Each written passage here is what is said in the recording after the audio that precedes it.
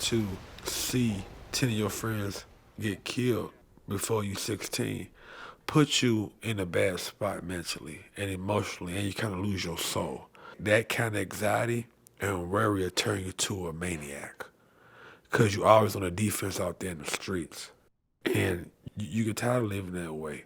You get tired of seeing sadness. Not just from me, but I don't know if a person ever looked at a mother face that lost her son. I see that everywhere I go, and it's something had to change. I ain't no special guy. I'm just standing in the gap. Cause if I can put my life on the line for some dumb stuff, I can put my life on the line for some good stuff. What's up, buddy? How you doing? What up, Silly? What's You up? good? Yeah, I love you, boy. I love you. What you been doing? I've been seeing you warming niggas' ass up. Yeah, I'm trying to do a fight on a tour. Oh, hold on, watch out. Yeah, watch out. What's up? Yeah. Before I started boxing, when I won a Golden Gloves championship title, that's the first time I've been on a plane in my life. First time I seen anything different. First time I had to go to bed at a certain time because I had to get up and train in the morning. In high school, I was a tremendous athlete, but just growing up poor, my idol was the dope dealer because I can't touch Michael Jordan. But that guy making $4,000-5,000 a day, he gonna talk to me. That's who I idolize. That's who I can touch. That's who can talk to me back. And I dropped out of high school to tell myself I'm going to sell me some drugs and get about this war zone. But me having an immature mind, it was going to take more war to do it.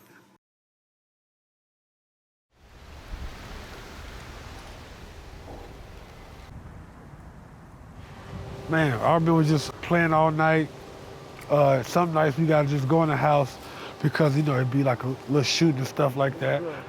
I've seen a lot of people get shot on this block. A lot of family fights, but it's good memories, bad memories. But I love it, and now I'm here to put back and help these kids, show them something different. Damn, he been there 3 weeks. They said this Friday, if I'm not mistaken. I'm gonna ask Pumpkin on one of them. It was a car park right here. We was chilling on the car, then a car pull up. And ask us about some other stuff, some stuff we don't know nothing about. So dude opened fire. So when dude opened fire, he knocked the hat off my head, and I fell right in this spot right here. I fell in this spot. Then my brother and my other friends and stuff, they started getting shot up. So as I was on the ground, Kevin, he got hit in the back. So he fell right here. And I was right here, next to him. So when I got up and I was trying to flee, if you look, I don't know if you can see it, all the bullets started hitting the houses when they was trying to kill me. Yeah. So it's some some bullet holes right there. Like 4 or 5 on it. They ain't changed nothing, did It about 10 years? they? Yeah. I ran past your crib and had to pull Calvin and Chris on crack porch. You know what I'm saying? They was all shot up down the street, laid out. So my brother and a couple of my other friends, they were shot up because they got shot up and they ran down the street and they fell out down the street. So I had to pull them up on the porches. While they were shot up, they had to come back down here, try to pull Kevin. But Kevin was already, he was already dead. So, and after that night there, I walked home, straight up.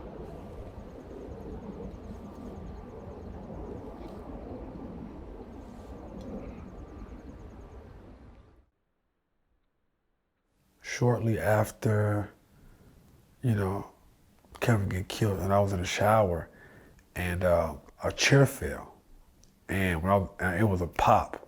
So when I heard that loud pop, I just broke down to a ball in the shower, and started hyperventilating and crying or whatever, and I just jumped up and grabbed grabbed my pistol and just stood in the house for 6 days looking out the window. It's just, waiting on something bad to happen. A lot of stuff that's not normal becomes social norms. He'll meet a kid nowadays and he said, oh, I seen my brother get shot, or I seen this person get shot. And he act like it's just another walk in the park, like it's just a part of everyday living. And eventually, when he get older, it's going to come out in different ways, and that's further going to destroy our community and everybody around them. When people tell you to go talk to somebody, most of us see that as a sign of weakness. That you can't deal with the pressures of society. So if you can't deal with the pressure, we got this stigma like, oh, you weak, or you a man and you feeling this kind of way, you feeling that kind of way. And that's a big stigma in our community, that we don't address mental health issues. We don't address PTSD. We don't address depression. So we mask it, we drink it away, we smoke it away, we get overly vigilant, and we become extreme violent. I don't think that people from low-income houses or high-violence communities get the proper care. So what's the difference between the war in Iraq and the war in Englewood? At one point, more people died in Englewood than in Iraq. So why we can't get the same treatment? Why we can't get the same? Why we can't get the same arms around it like they do the soldiers? But the only difference is I didn't sign up for this war. I was born into it. I always want to be tangible to these kids, because my idol was the person I can touch. And the people I could touch was murderers and dope dealers. I can talk to you. You know what I mean? I can get advice from you. So, and I think that means a lot to a kid if you can look up to somebody and have access to them. Everybody want to be a basketball player, a scientist, a architect, but them people don't stay next door to us. We stay next to some real people doing real things, and they influence our lives. So, I just want to be tangible to these kids. I'm fighting for my life, fighting my way out of poverty, fighting my way from going back to things that I used to do, fighting my way out of just pure filth and decadence. And I don't mind being a sacrificial lamb for those who want to come behind me. Because I know in this fight that I'm fighting, this is a 12-round fight. This ain't no short fight. So I may not see all the benefits of everything I'm doing in my lifetime. I don't mind being a sacrificial lamb neither, because I know it's a bigger cause at stake than me.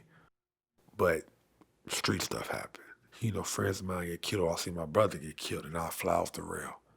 I quit fighting for 2-3 years, just dealing with depression, anxiety, PTSD, street wars. Just all kind of professional athletes shouldn't get into, but stuff living in this shit that you can't miss. And I keep that in the back of my brain. And I just, keep training, keep working hard, and try to make a difference. I'm just trying to do my part. And I think that more awareness for PTSD is real. It's very real.